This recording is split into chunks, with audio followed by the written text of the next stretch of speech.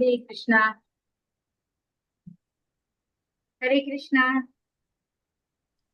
ഹരേ കൃഷ്ണ മാതാജി. എല്ലാവരും video on ആക്കിയിരിക്കും.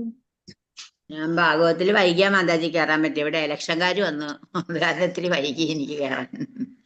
ഹരേ കൃഷ്ണ. ഹരേ കൃഷ്ണ. ഹരേ കൃഷ്ണ മാതാജി. ഹരേ കൃഷ്ണ. അമ്മ മാതാജി ഇല്ലേ? മാതാജി ഞാനുണ്ട്. ഇപ്പൊ എന്റെ ഫോണ് പെട്ടെന്ന് കംപ്ലൈന്റ് ആയി. കുറെ ദിവസമായി ഇങ്ങനെ കളിക്കുന്നത്. അപ്പൊ ഇന്ന് ഓഫായിട്ട് മോന്റെ ഫോണിലാണ് കയറി. അപ്പൊ അതിന് റേഞ്ചിന്റെ ഒരു പ്രശ്നമുണ്ട്. അല്ല, ഞാൻ ഫോക്കസ് ആക്കാൻ വേണ്ടി നോക്കിയിട്ട് കാണുന്നില്ല. ശബ്ദം ഹരേ കൃഷ്ണ. അവസാനത്തെ ക്ലാസ്സിലായി ഭഗവാൻ ഇങ്ങനെ കൊണ്ടുവന്ന് വെച്ചു. എന്നോട് എന്നോ പറയട്ടെ മാറ്റുന്ന്. പക്ഷെ ഞാൻ മാറ്റിയില്ല. എവിടത്തോളം പോവോ അത്രത്തോളം പോട്ടെ വിചാരിച്ചു. ഹരേ കൃഷ്ണ മാതാജി. ഹരേ കൃഷ്ണ. ക്ലാസ്സിൽ എന്താ പഠിച്ചത്? മന്ത്രം ഹരേ കൃഷ്ണ മാതാജി. ഹരേ കൃഷ്ണ.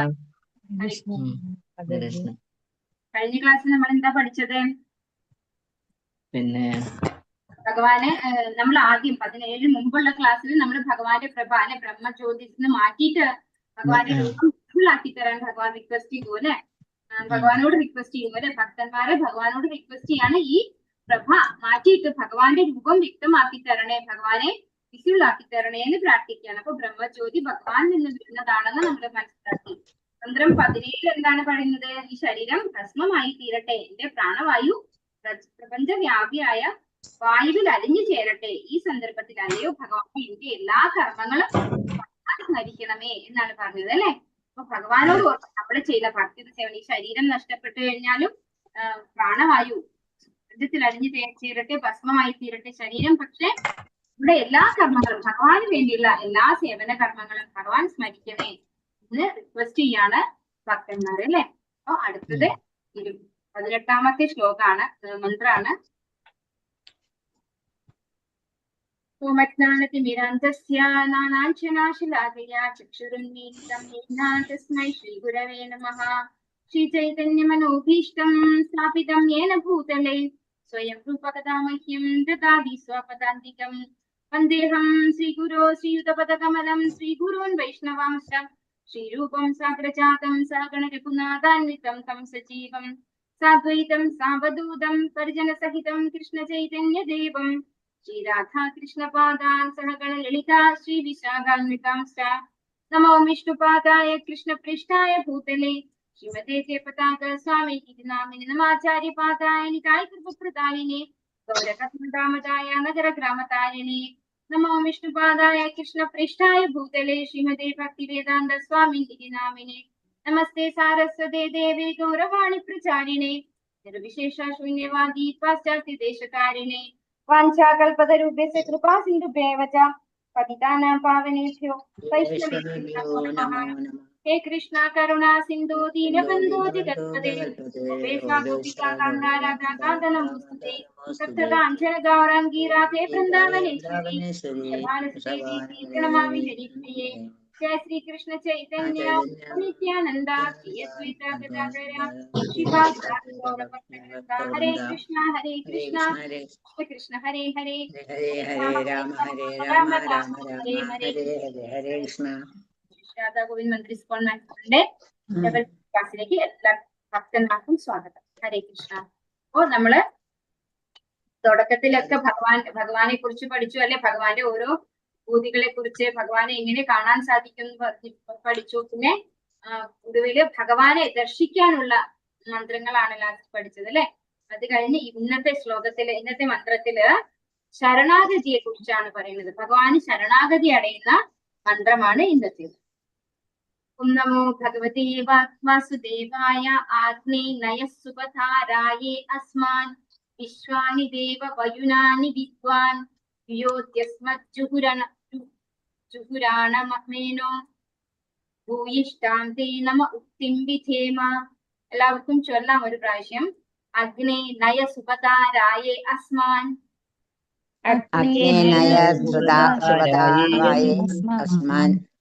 വിശ്വാനി ദേവ വയുനാനി വിദ്വാൻ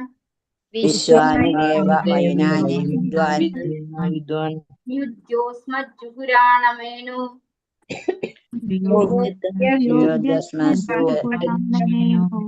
ഗുരുകാരണോ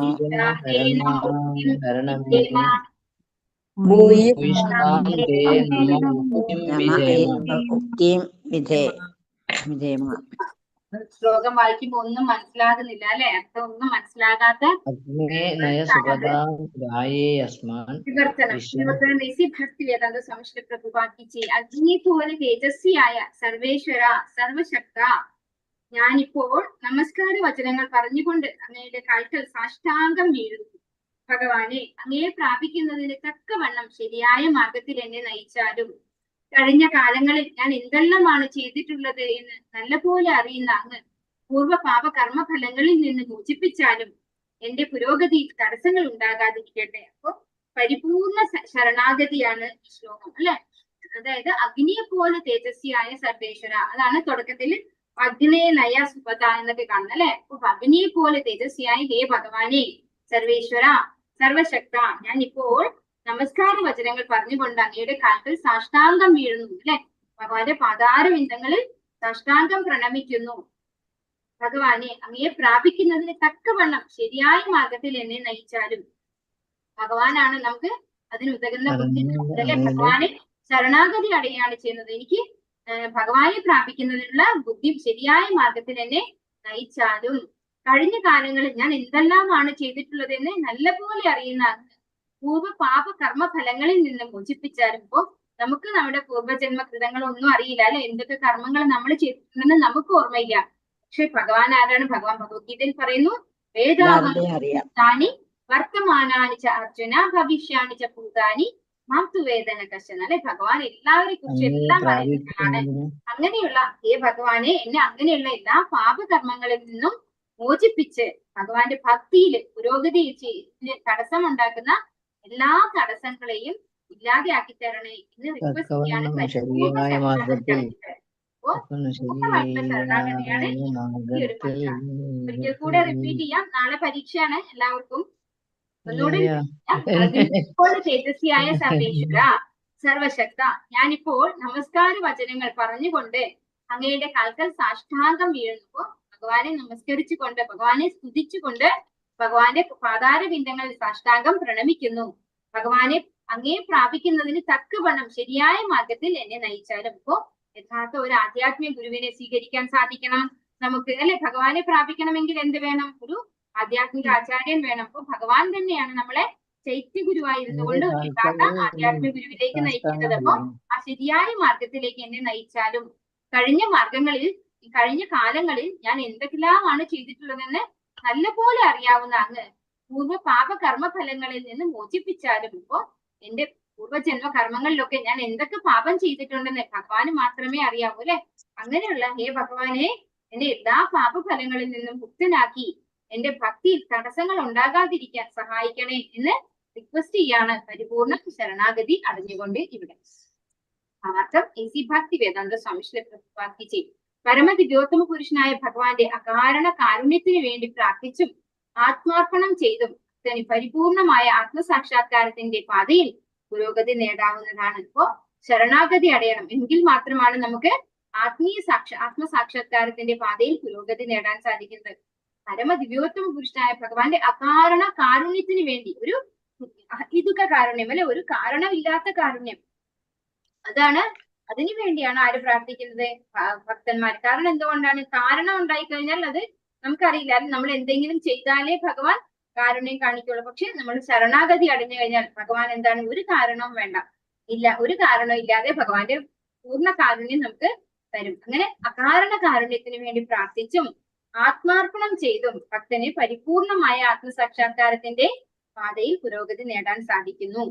ആത്മാർപ്പണം ചെയ്ത ഭക്തന്റെ എല്ലാ പാപങ്ങളും ഭഗവാന് ചുട്ടിരിച്ചു കളയാൻ കഴിയുന്നത് കൊണ്ട് അഗ്നി എന്ന് ഭഗവാനെ അഭിസംബോധന ചെയ്യുന്നു. ഇപ്പോ അഗ്നിയാണ് എന്ത് ചെയ്യുന്നത്? എന്ത് അതിരി കൊണ്ടിട്ടാലും അല്ലെ, അത് ചീത്ത സാധനമായാലും നല്ല സാധനമായാലും അതെന്താ ചെയ്യാ? അത് ദഹിപ്പിച്ച്, ഇപ്പൊ ഒരു മോശം വസ്തുവാണ് എങ്കിൽ അതെന്താ ചെയ്യണേ? അഗ്നിയിലേക്ക് നമ്മളത് ഇട്ട് നശിപ്പിക്കുമ്പോ, കത്തിച്ച് കളയുമ്പോ അഗ്നി ചീത്തയായി പോവോ? അശുദ്ധമായി പോവോ? ഇല്ല അല്ലെ. അഗ്നിയാണ് ഒരിക്കലും അശുദ്ധമാകാത്ത അഗ്നിയാണ്. എന്തൊക്കെ സാധനങ്ങൾ നമ്മൾ അതിലിട്ട് കത്തിച്ച് കളഞ്ഞാലും അതെന്താണ് അഗ്നി പറയുന്നത് ഒരിക്കലും മലിനമാകാത്ത ഒന്നാണ്. ഇതുപോലെ ഭക്തന്റെ എല്ലാ പാപങ്ങളും ഭഗവാന് ചുട്ടിടിച്ച് കളയാൻ കഴിയും. അതുകൊണ്ടാണ് ഇവിടെ അഗ്നി എന്ന് അഭിസംബോധന ചെയ്യുന്നത് എന്ന് പറയുന്നു. അപ്പൊ ആത്മാർപ്പണം ചെയ്യുന്ന ഭക്തന്റെ എല്ലാ പാപങ്ങളും പുണ്യങ്ങളും, പാപങ്ങളും മാത്രമല്ല ഭഗവാൻ ചുട്ടരിച്ച് കളയുന്നത്, പുണ്യങ്ങളും ചുട്ടരിച്ച് കളയും. എന്തിനാ പുണ്യങ്ങൾ ചുട്ടരിച്ച് കളയുന്നേ? പുണ്യങ്ങൾ എന്താ നമുക്ക് ചെയ്തു തരാം? നമ്മളെ സ്വർഗത്തിലേക്ക് കൊണ്ടുപോകും അല്ലെ? സ്വർഗത്തിൽ കൊണ്ടുപോയാൽ എന്താ കുഴപ്പം? അവിടെ ആയുസ് കൂടുതലാണ്. അപ്പൊ തിരിച്ചു പക്ഷെ എന്ത് വേണം? ക്ഷീണേ പുണ്യം അർത്ഥ്യ ലോകം വിശന്തി. അവിടെ പെർമനന്റ് ആയിട്ട് ഇരിക്കാൻ പറ്റുകയാണെങ്കിൽ കുഴപ്പമില്ല അല്ലെ, നമുക്ക് സുഖമായിട്ട് ഇരിക്കാം. പക്ഷെ ക്ഷീണേ പുണ്യം അർത്ഥ്യ ലോകം വിശന്തി, അവിടെ പോയി കഴിഞ്ഞാൽ എന്താണ്? ബാങ്കില് ഒരു FD ഇട്ട പോലെയാണ്. വേറെ ഒരു അഡീഷൻസും അതിൽ വരില്ല. ആ നമ്മൾ വിഡ്രോ ചെയ്തുകൊണ്ടിരിക്കുകയുള്ളൂ. സുഖം അനുഭവിക്കുമ്പോ ആ പുണ്യം കുറഞ്ഞു കുറഞ്ഞ് കുറഞ്ഞു കുറഞ്ഞു കുറഞ്ഞു കുറഞ്ഞു വരും. ആയുസ് കൂടുതലുള്ളതുകൊണ്ട് എന്താണ്? അവിടെ കുറെ കാലം ഈ പുണ്യം ഇങ്ങനെ വിഡ്രോ ചെയ്ത് അവസാനം ഒരു 10% ആയി മാറുമ്പോൾ നമ്മൾ ഈ ഭൂമിയിലേക്ക് പതിക്കുക ചെയ്യാം. 90% നമ്മൾ സ്വർഗത്തിൽ അനുഭവിക്കും. അപ്പോ 10% ഭൂമിയിൽ വന്നിട്ട് കുറച്ച് സുഖിക്കും. അതായത് നല്ല സമ്പത്തൊക്കെ ഉള്ള കുടുംബത്തിലായിരിക്കും സ്വർഗത്തിൽ നിന്ന് ഡയറക്റ്റ് വരുന്ന ആളുകൾ ഉണ്ടാവുക. പക്ഷെ അവിടെ എന്താ കുഴപ്പം? അവിടെ ഈ സുഖത്താലും നാണത്താലും ബന്ധിക്കപ്പെടുമല്ലേ? നമ്മൾ ഭഗവത്ഗീതയിൽ പഠിച്ചു. നമ്മള് നല്ല കുടുംബത്തിൽ പോയി ജനിച്ചാല്, ഇപ്പൊ ബ്രാഹ്മണന്റെ കുടുംബത്തിൽ അല്ലെങ്കിൽ സമ്പത്തുള്ള ഒരാളുടെ കുടുംബത്തിൽ പോയി ജനിച്ചാല് നമ്മള് സുഖത്താലും നാണത്താലും ബന്ധിക്കപ്പെടും. നമുക്ക് അവിടെയും ഭഗവാനെ വിളിക്കാനുള്ള ഒരു ബുദ്ധി കിട്ടില്ല. നമ്മൾ സുഖത്തിലിരിക്കുമ്പോൾ നമ്മൾ ഒരിക്കലും ഭഗവാനെ വിളിക്കില്ല. ഇത്തിരി ബുദ്ധിമുട്ടുണ്ടാകുമ്പോഴാണ് ഭഗവാനെ വിളിക്കുക. അതുകൊണ്ടാണ് കുന്തി മഹാറാണി പ്രാർത്ഥിക്കുന്നത്, വിപദ സന്തുദാശുരോ ഭവദോദർശനം പുനർഭവ ദർശനം അല്ലെ? ഭഗവാനെ വിളിച്ച് ഭഗവാനെ ദർശിച്ചു കഴിഞ്ഞാൽ പിന്നെ ആ പുനർഭവ ദർശനം, ഈ ഭവദർശനം പിന്നെ വേണ്ട. നമുക്ക് ജനിച്ചു മരിച്ചുകൊണ്ടിരിക്കേണ്ട ആവശ്യമില്ല ഭഗവാനെ ദർശിച്ചു കഴിഞ്ഞാൽ. അതുകൊണ്ട് എനിക്ക് ഇനിയും കഷ്ടപ്പാട് വന്നോട്ടെ, കുഴപ്പമില്ല, ഭഗവാനെ വിളിക്കാലോ. ഇപ്പോഴെല്ലാം എനിക്ക് ഭഗവാനെ കാണാലോ എന്നാണ് കുന്തി മഹാറാണി പറയുന്നത്. അപ്പൊ കഷ്ടപ്പാട് വരുമ്പോൾ മാത്രമേ നമ്മൾ ആരെ ആശ്രയിക്കുകയുള്ളൂ? ഭഗവാനെ ആശ്രയിക്കുകയുള്ളൂ. സുഖമായിട്ടിരിക്കുമ്പോ, സ്വർഗീയ ഗ്രഹങ്ങളിൽ പോയി നമ്മള് സുഖമായിട്ടിരിക്കുമ്പോ നമ്മൾ എന്താണ്? ഒരിക്കലും ഭഗവാനെ ആശ്രയിക്കില്ല, ഭഗവാനെ വിളിക്കില്ല. അതുകൊണ്ട് സ്വർഗത്തിൽ പോയാൽ കുറച്ചു കാലം അങ്ങോട്ടേക്ക് ഡിലേ ആവാന്നല്ലാതെ പ്രയോജനമൊന്നുമില്ല. അപ്പൊ ആത്മാർപ്പണം ചെയ്ത ഭക്തന്റെ എല്ലാ പുണ്യവും പാപവും ഭഗവാൻ ചുട്ടരിച്ച് കളയണം. അതുകൊണ്ടാണ് ഭഗവാൻ ഇവിടെ അഗ്നിയായിട്ട് അഭിസംബോധന ചെയ്യുന്നത്. ബ്രഹ്മജ്യോതിസ് അദ്ദേഹത്തിന്റെ മുഖത്തെ ആവരണം ചെയ്തിരിക്കുന്ന കണ്ണഞ്ചിക്കുന്ന പ്രകാശപൂരമാണ്. അപ്പോ അത് നേരത്തെയുള്ള ശ്ലോകത്തിൽ തന്നെ, മന്ത്രത്തിൽ തന്നെ നമ്മൾ പഠിച്ചു അല്ലെ? എന്താണ് ബ്രഹ്മജ്യോതിസ്? ഭഗവാന്റെ ശരീരത്തിൽ നിന്ന് വരുന്ന എഫൾജൻസ്, തേജസ്, അതാണ് ആ ഒരു പ്രകാശമാണ്. ഭഗവാനിൽ നിന്ന് പ്രസരിക്കുന്ന പ്രകാശമാണ് ബ്രഹ്മജ്യോതിസ്. അത് ഭഗവാനെ മൊത്തമായിട്ട് ആവരണം ചെയ്തല്ലേ? ഭഗവാന്റെ മുഖം നമുക്ക് ദർശിക്കാൻ സാധിക്കുന്നില്ല ആ തേജസ് കാരണം എന്നാണ് പറയുന്നത്. ആ കണ്ണഞ്ചിക്കുന്ന പ്രകാശപൂരമാണ് എന്ത്? ബ്രഹ്മജ്യോതിസ്. ആത്മസാക്ഷാത്കാരത്തിനുള്ള പരിശ്രമത്തിൽ ഫലമുളവാക്കുന്ന കർമ്മങ്ങൾ അഥവാ കർമ്മകാണ്ഡവും ഏറ്റവും താഴ്ന്ന ഒന്നാണ്. അപ്പോ നമ്മൾ കർമ്മകാണ്ഡം, നമ്മൾ പറയും കർമ്മ അർത്ഥ കാമ മോക്ഷ, ഇങ്ങനെയാണ് പോകേണ്ടതെന്ന് അല്ലെ? അതും ഏറ്റവും താഴ്ന്ന ഒന്നാണെന്ന് പറയുന്നത്. കാരണം എന്തുകൊണ്ടാണ്? ധർമ്മ അർത്ഥ കാമ ഇത് 3 ഏതിലെ വരുന്നത്? ഫലേച്ഛാ കർമ്മങ്ങളാണ് അല്ലെ? ഫലം ഉളവാക്കുന്ന കർമ്മങ്ങളാണ്. അത് കർമ്മകാണ്ഡം എന്ന് പറയുന്നത് ഏറ്റവും താഴ്ന്ന ഒന്നാണ്. ആത്മസാക്ഷാത്കാരത്തിനുള്ള പരിശ്രമം, അവിടെയും ആത്മസാക്ഷാത്കാരം ഇല്ലേ? ഇവര് അവസാനം എന്താ പറയുന്നത്? മോക്ഷ. മോക്ഷ പറഞ്ഞു കഴിഞ്ഞാൽ എന്താണ്? ഈ ഭൗതികമായ എല്ലാത്തിൽ നിന്നും ഉള്ള മുക്തിയാണ് അല്ലെ? മോക്ഷം എന്ന് പറഞ്ഞു കഴിഞ്ഞാല് ഈ അറ്റാച്ച്മെന്റ്, ഈ ഭൗതികമായിട്ടുള്ള എല്ലാത്തിനോടുള്ള അറ്റാച്ച്മെന്റിൽ നിന്ന് ഇല്ലാതെയായിട്ട് ഡിറ്റാച്ച്ഡ് ആയിട്ട് ഭഗവാന് സേവനം ചെയ്യുന്നതാണ് ആ ഒരു മോക്ഷ എന്ന ഇതിന് വരുമ്പോ വരുന്നത്. അപ്പൊ അതില് ഏറ്റവും താഴ്ന്നതാണ് ഈ കർമ്മകാണ്ഡം എന്നാണ് പറയുന്നത്. ആത്മസാക്ഷാത്കാരത്തിനുള്ള പരിശ്രമത്തിൽ ഫലമുളവാക്കുന്ന കർമ്മങ്ങൾ അഥവാ കർമ്മകാണ്ഡം ഏറ്റവും താഴ്ന്ന നിലവാരത്തിലുള്ള ഒന്നാണ്. പരമാത്മാവിന്റെ യഥാർത്ഥമായ അഥവാ ആത്യന്തികമായ ഭാവം സർവേശ്വരത്വമാണ്. ഇപ്പൊ പരമാത്മാവ് എന്ന് പറഞ്ഞ ആരാണ്? ഭഗവാൻ തന്നെയാണ് അല്ലെ? ഭഗവാനെ നമ്മള് 3 തരത്തിൽ സാക്ഷാത്കരിക്കുന്നു എന്ന് പറയുന്നു. അതില് ഏറ്റവും താഴ്ന്ന പടി ഏതാണ്? ബ്രഹ്മം അഥവാ ബ്രഹ്മജ്യോതിസ് എന്നൊക്കെ പറയും അല്ലെ? നമ്മള് ഇത് ഏറ്റവും താഴത്തുള്ള നിലവാരമാണ്. അത് കഴിഞ്ഞ് സെക്കൻഡ് ലെയറിൽ വരുന്നതാണ് പരമാത്മാവ്. ആ പരമാത്മാവിന്റെയും അപ്പുറത്തുള്ളതാണ് ഭഗവാൻ, സർവേശ്വരൻ എന്ന് പറയുന്നത്. അപ്പോ ആത്യന്തികമായ ഭാവം, അതായത് പരിപൂർണമായ ഭാവം എന്ന് പറയുന്നത് ഭഗവാനാണ്, സർവേശ്വരനാണ്. വേദത്തിൽ വിധിച്ചിട്ടുള്ള രീതിയിൽ അല്പമെങ്കിലും വ്യതിചലിക്കുമ്പോൾ തന്നെ ആ കർമ്മം സാധകന്റെ താല്പര്യത്തിന് വിപരീതമായി പ്രവർത്തിക്കുന്ന വികർമ്മമായി തീരും. ഇപ്പൊ വേദപ്രകാരം അക്ഷരം തെറ്റാതെ പോയാൽ മാത്രമേ എന്താവുന്നുള്ളൂ? ധാർമ്മികമാവുന്നുള്ളൂ അല്ലെ? അതിൽ നിന്ന് ചെറുതായി ഒന്ന് വ്യതിചലിച്ചു കഴിഞ്ഞാൽ ആ കർമ്മം സാധകന്റെ താല്പര്യത്തിന് വിപരീതമായി പ്രവർത്തിക്കുന്ന വികർമ്മമായി തീരും. ഈ സാധകൻ എന്ന് പറഞ്ഞ ആരാണ്? നമ്മൾ തന്നെ. നമ്മൾ, അതായത് വൈദ്യവിധി പ്രകാരം എങ്ങനെയാണോ ഭക്തി ചെയ്യേണ്ടത് അവനാണ് സാധകൻ. ആരാണോ സാധന ചെയ്യുന്നത് അയാളാണ് സാധകൻ, അല്ലെ? സാധന പറഞ്ഞ എന്താണ്? ചിട്ടയായ ഭക്തിയുത സേവനമാണ് സാധന. ചിട്ടയായ, അതായത് റെഗുലർ പ്രാക്ടീസ്. നമ്മള് ഭഗവാനെ മനസ്സിലാക്കാതെ ഭക്തി സ്വാഭാവികമായിട്ടില്ലാതെ ചെയ്യുന്നതാണ് എന്ത്? സാധനാക്രമം, അല്ലെ? വൈദി സാധന ഭക്തി എന്നൊക്കെ പഠിക്കും നിങ്ങൾ ഭക്തി രസാമൃത സിന്ധുവില്. ഇതൊക്കെ കൂടുതലായിട്ട് നിങ്ങൾ പഠിക്കും. അപ്പൊ അങ്ങനെ സാധന ചെയ്യുന്ന ആളാണ് സാധകൻ.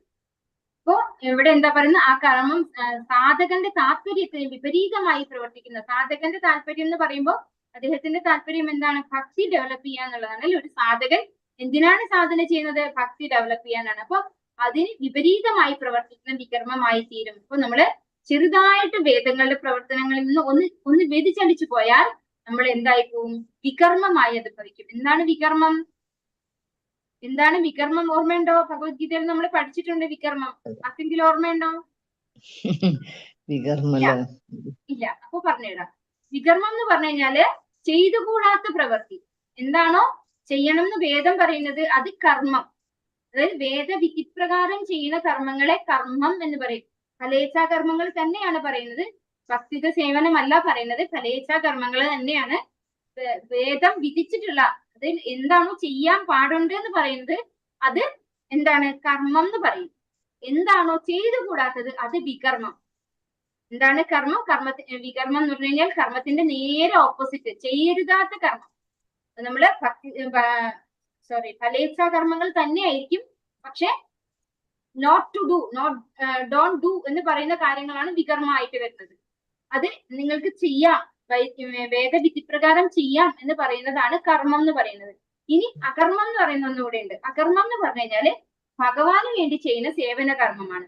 അത് എന്ത് കർമ്മമായാലും എന്താണ്? അകർമ്മം ഭഗവാന്റെ ഭക്തിയുത സേവനമാണ്. എല്ലാം ഭഗവാന് വേണ്ടി ചെയ്യുന്ന എല്ലാം എന്താണ്? അകർമ്മമാണ്. അത് നമ്മള് വേദവിധിപ്രകാരമുള്ളതല്ല അത് വരുന്നത്. അത് നമ്മളെല്ലാം കരോഷിയദാശ്നാസി യജ്ജോഷിതദാസിയത് തപസ്സി കൗന്ദേയ അത് പുരുഷമതർപ്പണം. ആ ഒരു ലെവലിൽ വരുന്ന എല്ലാ കർമ്മങ്ങളും ഇവിടെ നമ്മള് ഭഗവത്ഗീതയിൽ ഭഗവാൻ അർജുനനോട് എന്താ പറയുന്നത്? അർജുന എന്നെ വേണ്ടിയിട്ട്, അല്ലെ? ഭഗവാനെ പ്രതിനിധിയാക്കി, ഭഗവാന്റെ ഒരു പ്രതിനിധി ആയിക്കൊണ്ട്, ഭഗവാനെ സമർപ്പിച്ചുകൊണ്ട്, ബുദ്ധി ഭഗവാനെ സമർപ്പിച്ചുകൊണ്ട് യുദ്ധം ചെയ്യാനാ പറഞ്ഞത്. ഭഗവാൻ വേണ്ടി യുദ്ധം ചെയ്യാനാ പറഞ്ഞത്, അല്ലെ? യുദ്ധം എന്താണ്? ഒരു രാജസികമായിട്ടുള്ള ഒരു കർമ്മമാണ്, അല്ലെ? ശരിയല്ലേ? നമ്മള് യുദ്ധം ചെയ്യുന്നത് എന്തിനു വേണ്ടിയാണ്? ആ ഒരു ശത്രുക്കളെ തോൽപ്പിച്ച് നമുക്ക് ജയിക്കാൻ വേണ്ടിയാണ്. പക്ഷെ അത് ഭഗവാന് വേണ്ടി ചെയ്യുമ്പോൾ അത് എന്താണ്? അത് അകർമ്മമാണ്. അപ്പൊ അവിടെ രാജസിക്കെന്നോ സാത്വികമെന്നോ താമസിക്കെന്നോ ഒന്നുമില്ല. അത് ഭഗവാന് വേണ്ടി ചെയ്യുന്ന കർമ്മം എന്ന് പറഞ്ഞു കഴിഞ്ഞാൽ അത് അകർമ്മമാണ്. പക്ഷെ നമ്മൾ നമ്മുടെ സ്വന്തം കാര്യത്തിന് വേണ്ടിയിട്ട്, നമ്മുടെ സ്വാർത്ഥ ലാഭത്തിന് വേണ്ടിയിട്ട്, നമ്മുടെ ഇന്ദ്രിയ സുഖങ്ങൾക്ക് വേണ്ടിയിട്ട്, നമ്മുടെ സമ്പത്ത് വർദ്ധിപ്പിക്കാൻ വേണ്ടിയിട്ട്, നമ്മുടെ സുഖസൗകര്യങ്ങൾ വർദ്ധിപ്പിക്കാൻ വേണ്ടിയിട്ട് വേദവിധിപ്രകാരം ചെയ്യുന്ന കർമ്മങ്ങളാകുന്നു. വേദത്തിന് എഗൻസ്റ്റ് ആയിട്ട്, വേദം ചെയ്യാൻ പാടില്ല എന്ന് പറയുന്ന കാര്യങ്ങൾ ചെയ്യുമ്പോൾ അതെന്താകുന്നു? അത് വികർമ്മമായി മാറുന്നു. അതാണ് ഇവിടെ പറയുന്നത്. നമ്മള് വേദത്തിൽ നിന്ന് ചെറുതായിട്ടൊന്ന് വ്യതിചലിച്ചു പോയാൽ അത് സാധകന്റെ താല്പര്യത്തിന് വിപരീതമായിട്ട് പ്രവർത്തിക്കുന്ന വികർമ്മമായി തീരും എന്നാണ് ഇവിടെ പറയുന്നത്. മനസ്സിലായോ? ആത്മസാക്ഷാത്കാരം മനുഷ്യ ആകാരത്തിൽ മാത്രമേ നേടുവാൻ സാധിക്കൂ. മറ്റു രൂപങ്ങളിൽ ഇരുന്നു കൊണ്ട് സാധ്യമല്ല. അപ്പൊ നമുക്ക് ആത്മസാക്ഷാത്കാരം നേടാൻ ദേവന്റെ ശരീരത്തിൽ പോലും സാധിക്കില്ല എന്നാണ് പറയുന്നത്. ദേവന്മാര് പോലും മനുഷ്യരായിട്ട് ജനിക്കണം, അതും ഭാരതഭൂമിയിൽ ജനിക്കണം എന്നാണ് ആഗ്രഹിക്കുന്നത്. എന്തിനു വേണ്ടിയിട്ട്? ആത്മസാക്ഷാത്കാരം നേടാൻ വേണ്ടിയിട്ട്. മറ്റേതൊരു ശരീരത്തിലും, ഈവൻ മൃഗശരീരത്തിലോ ഒന്നും അവർക്കൊന്നും എന്തില്ല? അവബോധം ഇല്ല, അല്ലെ? ബുദ്ധിയില്ല, ശാസ്ത്രത്തിൽ വർക്ക് ചെയ്യുന്ന ബുദ്ധിയില്ല. അപ്പൊ അതുകൊണ്ട് മനുഷ്യർക്ക് മാത്രമേ ആത്മസാക്ഷാത്കാരം നേടാൻ സാധിക്കൂ. മറ്റൊരു രൂപങ്ങളിലും ഇരുന്നു കൊണ്ട് ആത്മസാക്ഷാത്കാരം ലഭിക്കില്ല എന്നാണ് പറയുന്നത്. 84 ലക്ഷം ജീവികളിൽ വെച്ച് ബ്രഹ്മസംസ്കാരം കൊണ്ട് ധന്യമായ മനുഷ്യ ജീവിതത്തിന് മാത്രമേ നിരതിശമായ ആത്മജ്ഞാനത്തിനുള്ള അർഹത സിദ്ധിച്ചിട്ടുള്ളൂ. അപ്പോ നമുക്ക് കിട്ടിയിട്ടുള്ള വിശേഷ ജന്മമാണല്ലേ മനുഷ്യജന്മം എന്ന് പറയുന്നത്. അതാണ് നമ്മള് ഭഗവാനെ കുറിച്ച് ചിന്തിക്കാതെ ഈ ശരീരമാണ് ഞാനെന്ന് കരുതി ഈ ശരീരത്തിന് വേണ്ടുന്ന സുഖ സൗകര്യങ്ങൾക്ക് വേണ്ടി മാത്രം പ്രവർത്തിച്ച് നശിപ്പിച്ച് കളയുന്നത്, അല്ലെ? ഭക്തിയിൽ വരാത്ത എല്ലാവരും എന്താ ചെയ്യുന്നത്? അത് നശിപ്പിക്കുകയാണ് ചെയ്യുന്നത്. അപ്പൊ ആത്മജ്ഞാനത്തിനുള്ള അർഹത ആർക്ക് മാത്രമേ ഉള്ളൂ? മനുഷ്യ ശരീരത്തിൽ ഇരിക്കുന്നവർക്ക് മാത്രമേ ഉള്ളൂ. സത്യം, ഇന്ദ്രിയ നിഗ്രഹം, തിതിക്ഷ, ക്ഷമ, സാരല്യം, സമ്പൂർണമായ ജ്ഞാനം, ഈശ്വരനിൽ സമ്പൂർണമായ വിശ്വാസം എന്നിവയെല്ലാം ബ്രഹ്മ സംസ്കാരത്തിന്റെ ലക്ഷണങ്ങളാണ്. അപ്പൊ ഒരു ബ്രാഹ്മണ സംസ്കാരത്തിന്റെ ലക്ഷണമാണ് എന്തൊക്കെയാണ്? സത്യം, ഇന്ദ്രിയ നിഗ്രഹം. ഇന്ദ്രിയ നിഗ്രഹം എന്ന് പറഞ്ഞു കഴിഞ്ഞാല് ഇന്ദ്രിയങ്ങളിൽ ഒരു നിയന്ത്രണം ഉണ്ടാവും അല്ലെ. ഇന്ദ്രിയങ്ങളെ അതിന്റെ യഥേഷ്ടത്തിന് വിടാതെ അതിനൊരു പരിമിതി കൊടുക്കും നമ്മൾ അല്ലെ. ഒരു ലിമിറ്റ് ഉണ്ടാവും എല്ലാറ്റിനും. തിതിക്ഷ, ടോളറൻസ് അല്ലെ, ക്ഷമ, സാരല്യം, സരളമായിട്ടുള്ള ഒരു സ്വഭാവം, സമ്പൂർണമായ ജ്ഞാനം, ഭഗവാനെ കുറിച്ചുള്ള ജ്ഞാനമാണ് എന്ത്? സമ്പൂർണമായ ജ്ഞാനം, ഈശ്വരനിൽ സമ്പൂർണമായ വിശ്വാസം, ഇവയൊക്കെ ബ്രാഹ്മണിക് ക്വാളിറ്റീസ് ആണെന്ന് പറയുന്നു. തന്റെ ഉദാത്തമായ പൈതൃകത്തിൽ അഹങ്കാരം ഉണ്ടായത് കൊണ്ട് മാത്രമായില്ല ബ്രാഹ്മണന്റെ പുത്രനായി പിറക്കുന്നത് ബ്രാഹ്മണനായി തീരാനുള്ള സാധ്യത ഉളവാക്കുന്നു. അതായത് നമ്മളിപ്പോ ഒരു ബ്രാഹ്മണനായി ജനിച്ചു കഴിഞ്ഞാൽ ഞാനൊരു ബ്രാഹ്മണനാണെന്ന് അഹങ്കരിക്കുന്നത് കൊണ്ട് ഒരു കാര്യമില്ല പറയുന്നത് അല്ലെ. എന്താണ് വേണ്ടത്? അത് നമുക്കൊരു ഫസ്റ്റ് സ്റ്റെപ്പ് ആണ് അല്ലെ. നമുക്കൊരു ബ്രാഹ്മണിക്കൽ ക്വാളിറ്റിയിലേക്ക് ഉയരാൻ നമ്മളെ ഒരു ബ്രാഹ്മണന്റെ കുടുംബത്തിൽ ഭഗവാൻ സൃഷ്ടി തന്നു. അപ്പോ നമ്മൾ എന്ത് ചെയ്യണം? അതിൽ അഹങ്കരിച്ച് ഞാൻ ഉന്നത കുടുംബത്തിൽ ജനിച്ചവനാണെന്ന് അഹങ്കരിച്ചിരിക്കുകയല്ല വേണ്ടത്, മറിച്ച് നമ്മൾ ആ ഒരു ഗുണത്തിലേക്ക് നമ്മൾ ഉയരുകയാണ് വേണ്ടത്. അതിനുള്ളൊരു സാധ്യതയാണ് നമ്മൾ ബ്രാഹ്മണ കുടുംബത്തിൽ ജനിക്കുമ്പോൾ നമുക്ക് ലഭിക്കുന്നത് എന്നാണ് പറയുന്നത്. ഒരു വലിയ മനുഷ്യന്റെ പുത്രനെ വലിയ മനുഷ്യനായി തീരാൻ അവസരം ലഭിക്കുന്നത് പോലെ, അതാണ് ഒരു ബ്രാഹ്മണന്റെ കുടുംബത്തിൽ ജനിച്ചു കഴിഞ്ഞാൽ. അതായത് ഇപ്പോ അച്ഛനും അമ്മയും ഒക്കെ ഡോക്ടേഴ്സ് ആണ് എങ്കിൽ ആ കുട്ടിക്ക് എന്താണ്? ഒരു ഡോക്ടർ ആകാനുള്ള ഓപ്പർച്യൂണിറ്റി കൂടുതലാണ് അല്ലെ. ശരിയല്ലേ? അച്ഛനും അമ്മയും ഡോക്ടേഴ്സ് ആവുന്ന ഒരു ഫാമിലിയിലെ കുട്ടി മോസ്റ്റ് പ്രോബബ്ലി ഓപ്റ്റ് ചെയ്യാൻ എന്താണ്? ആ ഒരു ഡോക്ടർ എന്നുള്ള ഏറ്റവും ഉയർന്ന ഡോക്ടർ ആവാൻ ആഗ്രഹിക്കും അല്ലെ. അതുപോലെയാണ് ഒരു ബ്രാഹ്മണന്റെ കുടുംബത്തിൽ ജനിച്ചു കഴിഞ്ഞാൽ നമ്മളെ ക്വാളിഫൈഡ് ആണ് ഒരു ബ്രാഹ്മണനാവാൻ അല്ലെ. അപ്പൊ ആ ക്വാളിറ്റീസ് ആണ് നമ്മൾ ഡെവലപ്പ് ചെയ്തെടുക്കേണ്ടത്. അപ്പൊ നമുക്ക് അതിനുള്ള ഒരു ചാൻസ് കിട്ടുകയാണ് ചെയ്യുന്നതാണ് ഇവിടെ ഉദാഹരിച്ച് പറഞ്ഞു തരുന്നത്. അത്തരം പൈതൃകം കൊണ്ട് മാത്രമായില്ല ബ്രാഹ്മണന്റെ യോഗ്യതകളായാൽ സ്വയം സമ്പാദിക്കുക തന്നെ വേണം. അപ്പൊ നമ്മൾ ഒരു ബ്രാഹ്മണ കുടുംബത്തിൽ ജനിച്ചു എന്നതുകൊണ്ട് ബ്രാഹ്മണനാവില്ല അല്ലെ. നമ്മള് ഭാഗവതം ക്ലാസ് കേൾക്കുന്നവർക്ക് അറിയാം, അശ്വത്ഥാമാവ് ജനിച്ചത് ആരുടെ മകനായിട്ടാണ്? ശുദ്ധ ബ്രാഹ്മണന്റെ മകനായിട്ടാണ് ജനിച്ചത് അല്ലെ. പക്ഷെ എന്താ പ്രവൃത്തി ചെയ്തത്? ഒരു നരാധമന്റെ പ്രവൃത്തിയാണ് ചെയ്തത് അല്ലെ. അതുകൊണ്ട് തന്നെ ഭഗവാൻ എന്താണ് അശ്വത്ഥാമാവിനെ വിളിച്ചത്? ബ്രഹ്മബന്ധു എന്നാണ് വിളിച്ചത്. ഒരിക്കലും ബ്രാഹ്മണൻ എന്നല്ല വിളിച്ചത്, ബ്രഹ്മബന്ധു എന്നാണ് വിളിച്ചത്. അപ്പോ ഒരിക്കലും നമ്മൾ അങ്ങനെ ആവരുത്. നമ്മൾ ആ ഒരു പൈതൃകത്തിൽ ജനിച്ചത് കൊണ്ട് കാര്യമായില്ല. നമ്മൾ എന്ത് വേണം? സ്വയം നമ്മുടെ ആ ഒരു യോഗ്യത, ബ്രാഹ്മണിക്കൽ ക്വാളിറ്റീസ് നമ്മൾ ഡെവലപ്പ് ചെയ്ത് കൊണ്ടുവരണം എന്നാണ് പറയുന്നത്. തന്റെ ബ്രാഹ്മണ ജന്മത്തെ കുറിച്ച് അഹങ്കരിക്കുകയും ശരിയായ ഒരു ബ്രാഹ്മണനായി തീരുന്നതിനുള്ള പരിശ്രമം ഉപേക്ഷിക്കുകയും ചെയ്യുന്ന ഒരുവൻ തരം താഴുകയും ആത്മജ്ഞാനത്തിന്റെ പന്താവിൽ നിന്ന് അധപതിക്കുകയും ചെയ്യും. ഇതിന് തികഞ്ഞ ഒരു ഉദാഹരണമാണ് അശ്വത്ഥാമാവ് അല്ലെ. ബ്രാഹ്മണ ജന്മത്തെ കുറിച്ച് അഹങ്കരിക്കുകയും ഒരു ബ്രാഹ്മണനായി തീരാനുള്ള പരിശ്രമം ചെയ്യാതിരിക്കുകയും ചെയ്യാം. ഒരിക്കലും എന്താണ് ബ്രാഹ്മണന്റെ ക്വാളിറ്റീസ്? നമ്മൾ നേരത്തെ കണ്ടു അല്ലെ. എന്തൊക്കെയാണ് പറഞ്ഞിരിക്കുന്നത്? സത്യം, ഇന്ദ്രിയ നിഗ്രഹം, തിതിക്ഷ, സാരല്യം, സമ്പൂർണമായ ജ്ഞാനം, ഭഗവാനിൽ പൂർണ്ണ വിശ്വാസം അല്ലെ. ഇതൊന്നും ഇല്ലാത്ത ഒരു വ്യക്തിക്ക് ആരാവാൻ പറ്റില്ല? ബ്രാഹ്മണനാകാൻ സാധിക്കില്ല. അപ്പൊ അങ്ങനെ ഉള്ള ഒരു ജന്മം കിട്ടിയിട്ട് പോലും നമ്മള് ആ ഒരു ക്വാളിറ്റി ഡെവലപ്പ് ചെയ്യാൻ ശ്രമിക്കുന്നില്ല എങ്കിൽ അദ്ദേഹം എന്താണ് സംഭവിക്കുക? അവിടെ ഒരുവൻ തരം താഴ്ത്തി ആത്മജ്ഞാനത്തിന്റെ പന്ഥാവിൽ നിന്ന് അധപതിക്കുകയും ചെയ്യും. ആ വ്യക്തി അധപതിച്ചു പോകും. അവൻ മനുഷ്യജീവിയായി പിറന്നതിന്റെ ലക്ഷ്യം അങ്ങനെ പരാജയപ്പെടും. ഇപ്പോൾ നമ്മൾ എന്തിനാണ് ഒരു മനുഷ്യ ശരീരം സ്വീകരിച്ചിരിക്കുന്നത്? ഭഗവാനെ മനസ്സിലാക്കാനാണല്ലേ. നമ്മൾ ആരാണ്, ഞാൻ ആരാണ്, ഈ ശരീരം എന്താണ് എന്നൊക്കെ മനസ്സിലാക്കാൻ വേണ്ടിയാണ് ഭഗവാൻ അവബോധത്തോടു കൂടി ക്വാളിഫൈഡ് ആയിട്ടാണ് നമ്മളെ മനുഷ്യനാക്കി തന്നിരിക്കുന്നത് അല്ലെ. പക്ഷെ നമ്മൾ എന്താ വിചാരിക്കുന്നത്? ഈ ഇന്ദ്രിയങ്ങളെയൊക്കെ സംതൃപ്തിപ്പെടുത്തി സുഖമായിട്ട് ഇരിക്കാനാണ് നമുക്ക് ഇങ്ങനെ ഒരു മനുഷ്യ ജന്മം കിട്ടിയിരിക്കുന്നത് അല്ലെ. ചിലരൊക്കെ പറയും ഒരു ജന്മേ ഉള്ളൂ അല്ലെ, ഒരു ജീവിതമേ ഉള്ളൂ, അത് ആസ്വദിച്ച് ജീവിക്കുക എന്നൊക്കെ പറയാറുണ്ട് അല്ലെ. അതുപോലെ നമ്മള് അങ്ങനെയാണ് ചിന്തിക്കുന്നത്. അതായത് നമുക്ക് ഈ ഒരു ശരീരം മാത്രം, ഈ ഒരു ശരീരത്തിലുള്ള ഒരു ജീവിതമേ ഉള്ളൂ നമുക്കെന്ന് തെറ്റായി ധരിക്കുകയാണ് ചെയ്യുന്നത്. പക്ഷെ ശരിക്കും എന്താണ്?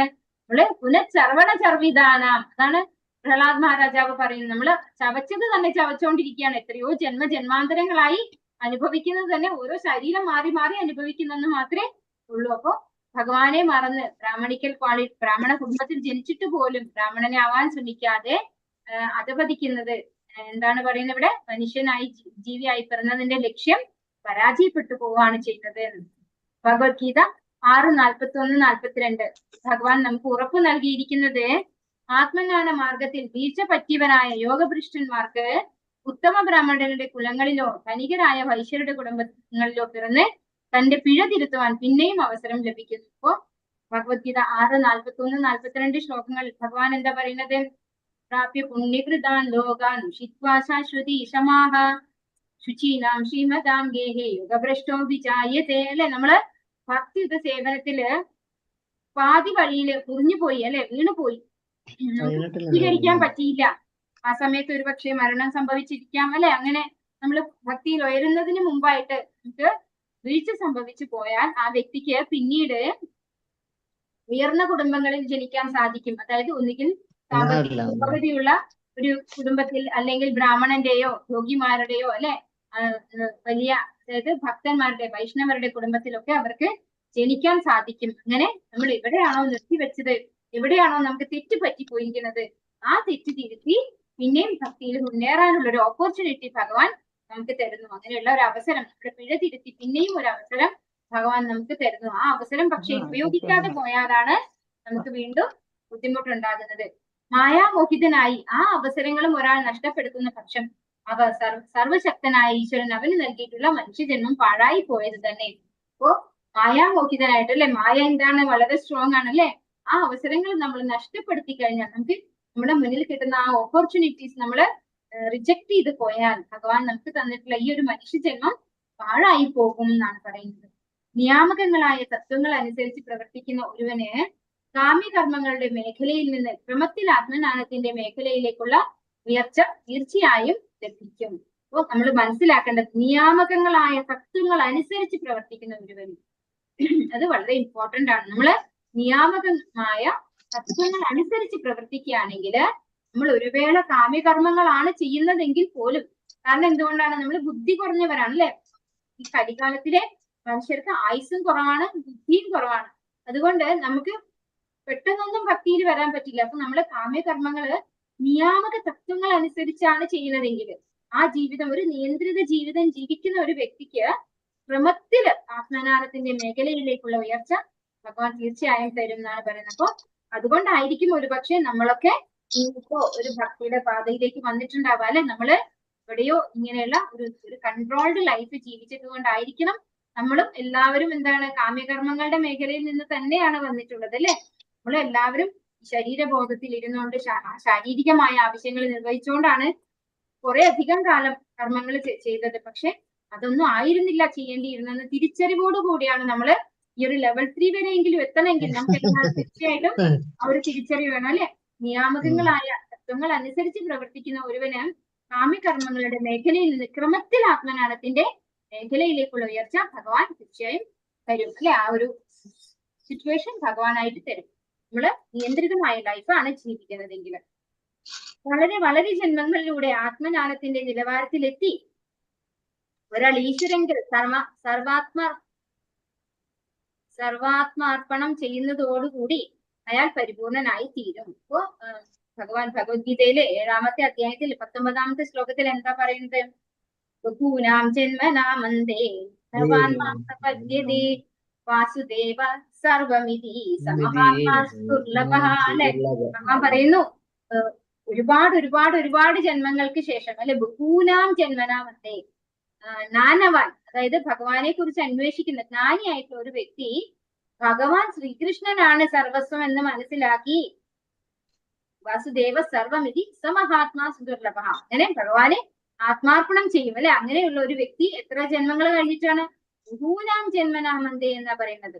അപ്പൊ അങ്ങനെ ഭഗവാനെ ആത്മസമർപ്പണം ചെയ്യണമെങ്കിൽ നമ്മൾ ഒരുപാട് ജന്മങ്ങളെ ജ്ഞാനം അന്വേഷിച്ചിട്ടുണ്ടാവണം, ജ്ഞാനിയായിട്ട് ഇരുന്നിട്ടുണ്ടാവണം. അപ്പോഴാണ് നമുക്ക് ഭഗവാൻ ശ്രീകൃഷ്ണനാണ് അറ്റ് എൻഡ്, അല്ലെ, അറ്റ് എൻഡാണ് നമ്മൾ തിരിച്ചറിയുന്നത് ശ്രീകൃഷ്ണ ഭഗവാനാണ്. നമ്മൾ അതിലേക്ക് എത്തുന്നത് എത്രയോ ജന്മാന്തരങ്ങൾ കഴിഞ്ഞിട്ടാണ് എന്ന് പറയുന്നു. ഒരാൾ ആരംഭത്തിൽ തന്നെ ആത്മാർപ്പണം ചെയ്യുന്നു എങ്കിൽ ഭക്തി മാർഗത്തെ അവലംബിക്കുന്നത് കൊണ്ട് മാത്രം അയാൾ എല്ലാ ഘട്ടങ്ങളും ഒറ്റയടിക്ക് തരണം ചെയ്യുന്നു. അപ്പൊ അയാൾക്ക് ഫസ്റ്റ് തന്നെ ഏത് സ്റ്റെപ്പിലേക്ക് കടക്കാൻ പറ്റും? ഭക്തി എന്ന സ്റ്റേജിലേക്ക് കടക്കാൻ പറ്റും, അല്ലെ. സ്റ്റാർട്ടിങ്ങിൽ തന്നെ ആത്മാർപ്പണം ചെയ്യുന്ന ഒരു ഭക്തന് ഭഗവാന്റെ ഭക്തി സുപ്രാപ്യമാണ്, അല്ലെ. ഭഗവാൻ സുപ്രാപ്യനാണ് അങ്ങനെയുള്ള വ്യക്തി. പക്ഷെ അപ്പൊ നമ്മൾ മനസ്സിലാക്കണം, ഇത്തരത്തിലുള്ള ഒരു വ്യക്തി പറയുന്നത് എത്രയോ ജന്മങ്ങള് എന്താണ് ഭഗവാന്റെ അന്വേഷിച്ചുകൊണ്ടിരിക്കുന്നത് കൊണ്ടാണ് ആ വ്യക്തിക്ക് ഇത്രയും ആ ഇമ്മൻസ് ഡിസയർ ഉണ്ടാവും.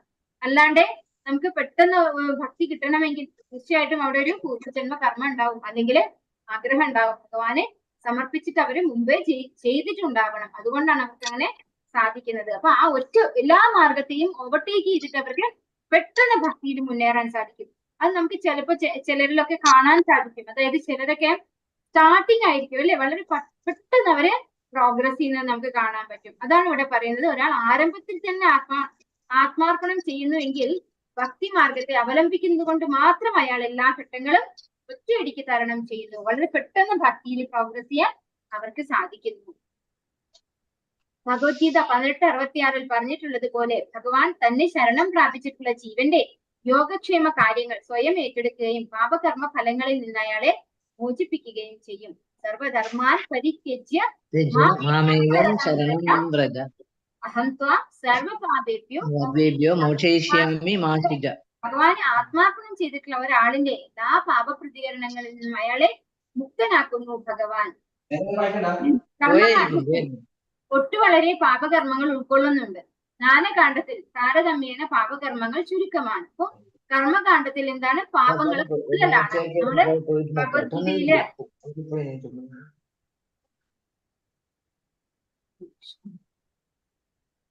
ഭഗവത്ഗീതയില് 3-ാമത്തെ അധ്യായത്തില് അല്ലെ, കർമ്മയോഗ എന്ന് പറയുന്ന അധ്യായത്തിൽ നമ്മൾ ഒരു കാര്യം പഠിച്ചിട്ടുണ്ട്. എന്താണ്?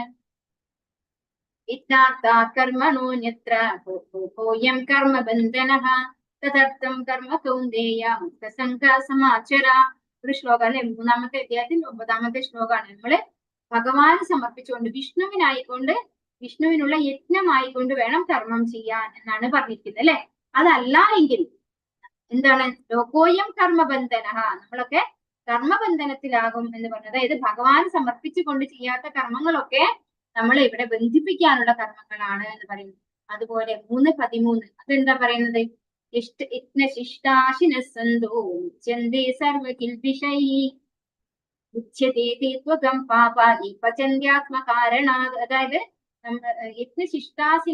അതായത് സന്തോ എന്ന് പറഞ്ഞു കഴിഞ്ഞാല് സന്തഹ എന്നാണ്. അതായത് അവര് ഭക്തന്മാര്, സന്തഹ പറഞ്ഞു കഴിഞ്ഞാല് സാധുക്കളായിട്ടുള്ളവര്, ഭക്തന്മാരായിട്ടുള്ളവര്. അവരെങ്ങനെയാണ്? എല്ലാ മുച്യതേ സർവകിൽബിഷൈഹി, എല്ലാ പാപങ്ങളിൽ നിന്നും മുക്തരാകുന്നു. എങ്ങനെയാണ്? യജ്ഞശിഷ്ടാശിന, അതായത് യജ്ഞശിഷ്ടം ഭുജിക്കുന്നത് കൊണ്ട് മാത്രം ഭഗവാന്റെ ഭക്തന്മാര് എല്ലാ പാപങ്ങളിൽ നിന്നും മുക്തരാകുന്നു. ഇനിയോ ഭുജ്യതേ തീത്വകം പാപ ഏ പചന്തി ആത്മകാരണ. അതെന്താ? അതിന്റെ അർത്ഥം എന്താണ്? ഭുജ്യതേ തീത്വകം പാപ, അതായത് നമ്മൾ ഭുജിക്കുന്നു എന്ത്? പാപത്തെ. എന്തുകൊണ്ട്? ഏ പചന്തി ആത്മകാരണ, നമ്മള് ഭക്ഷണം പാകം ചെയ്യുന്നത് എനിക്ക് കഴിക്കണം, എന്റെ ഭർത്താവിന് കൊടുക്കണം, അല്ലെങ്കിൽ എന്റെ അമ്മയ്ക്കും അച്ഛനും കൊടുക്കണം, അല്ലെങ്കിൽ എന്റെ മക്കൾക്ക് കൊടുക്കണം എന്ന് പറഞ്ഞുകൊണ്ട് നമ്മൾ ഉണ്ടാക്കുന്ന ഭക്ഷണം എന്താണെന്നാ പറയുന്നത്? പാപമാണ് എന്നാ പറയുന്നത് അല്ലെ.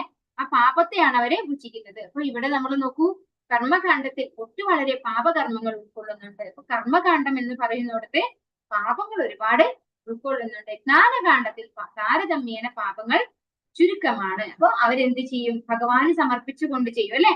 അതായത് യജ്ഞശിഷ്ടാശിന സന്തോ, അതുകൊണ്ടാണ് അവർക്ക് കർമ്മങ്ങൾ ഇല്ലാതെയാവുന്നത്. കുറയുന്നതിന്റെ കാരണം എന്തുകൊണ്ടാണ്? ഭഗവാന്റെ യജ്ഞശിഷ്ടമായിട്ടാണ് അവരത് സ്വീകരിക്കുന്നത്, പ്രസാദമായിട്ടാണ് അവര് അത് സ്വീകരിക്കുന്നത്. അപ്പോ അവിടെ പാപകർമ്മം കുറയുന്നു. കർമ്മകാണ്ഡം അത് പാപങ്ങൾ കൂടുതലുള്ളതാണെന്ന് പറയുന്നു. ഭക്തിയുടെ മാർഗത്തിൽ സഞ്ചരിക്കുന്നവന് പാപകർമ്മങ്ങൾ ചെയ്യുന്നതിനുള്ള അവസരം ഒട്ടുമില്ലെന്ന് തന്നെ പറയാം. അപ്പോൾ നമ്മൾ സദാ ഭഗവാന്റെ നാമം ജപിക്കുകയും ഭഗവാന് നിവേദ്യം അർപ്പിക്കാൻ വേണ്ടിയിട്ടാണ് അല്ലെ, ഭക്ഷണം പാകം ചെയ്യുമ്പോൾ ഭഗവാന് കൊടുക്കണം, ഭഗവാന് തൃപ്തിയാക്കി കൊടുക്കണം എന്ന് വിചാരിച്ചുകൊണ്ട് നമ്മൾ പാകം ചെയ്യുന്നു. എപ്പോഴും ഭഗവാനെ ഓർക്കുന്നു അല്ലെ, ഭഗവാനെ കുറിച്ചുള്ള ക്ലാസ്സുകൾ കേൾക്കുന്നു. അങ്ങനെ ഭക്തിയുടെ മാർഗത്തിൽ സഞ്ചരിക്കുന്ന ആൾക്ക് പാപകർമ്മം ചെയ്യാനുള്ള അവസരം കിട്ടുന്നില്ല എന്നാണ് പറയുന്നത്. ഭഗവത് ഭക്തന് അവിടുത്തെ ഗുണങ്ങൾ തന്നെ ലഭ്യമാകും. അപ്പോ ഭഗവാനെ കുറിച്ച് സ്തുതിക്കുമ്പോ, അതുപോലെ ഭഗവാനെ കുറിച്ച് കേൾക്കുമ്പോ ഒക്കെ നമുക്ക് കിട്ടുന്ന ക്വാളിറ്റീസ് എന്താണ്? ഭഗവാന്റെ ക്വാളിറ്റീസ് ആണ് അല്ലെ. നമ്മള് ഭഗവാനെ പറ്റി സ്തുതിക്കുമ്പോൾ നമുക്ക് ഭഗവാന്റെ ഗുണങ്ങൾ നമുക്കാണ് ചെയ്യുന്നത്. അപ്പൊ അതുകൊണ്ട് തന്നെ എന്താണ്? ഭഗവാന്റെ ഗുണങ്ങളിലേക്ക് ആ ഒരു വ്യക്തി മാറുന്നു. ഒരു ശുദ്ധനായിട്ട് വൈഷ്ണവ ക്വാളിറ്റീസ് അല്ലെ, വൈഷ്ണവ ക്വാളിറ്റീസിലേക്ക് ആ വ്യക്തിക്ക് ഉയരാൻ സാധിക്കുന്നു. ഒരു യഥാർത്ഥ ഭക്തൻ ബ്രാഹ്മണ കുലത്തിലല്ല ജന്മം എടുത്തതെങ്കിലും അയാൾക്ക് യാഗാദികൾ ചെയ്യുന്നതിന് അധികാരമുള്ള ബ്രാഹ്മണന്റെ യോഗ്യതകൾ താനേ ലഭിക്കുന്നു. അപ്പോ ഒരു വൈഷ്ണവൻ, നമ്മളിവിടെ ഇസ്കോണില് ആരും തന്നെ ബ്രാഹ്മണരായിട്ട് ജനിച്ചിട്ട് അല്ലെങ്കിൽ പിന്നെ ഉപനയനമൊക്കെ കഴിഞ്ഞു വന്നവർക്കല്ല ബ്രാഹ്മണൻ എന്നുള്ള ഒരു ഇത് കൊടുക്കുന്നത്.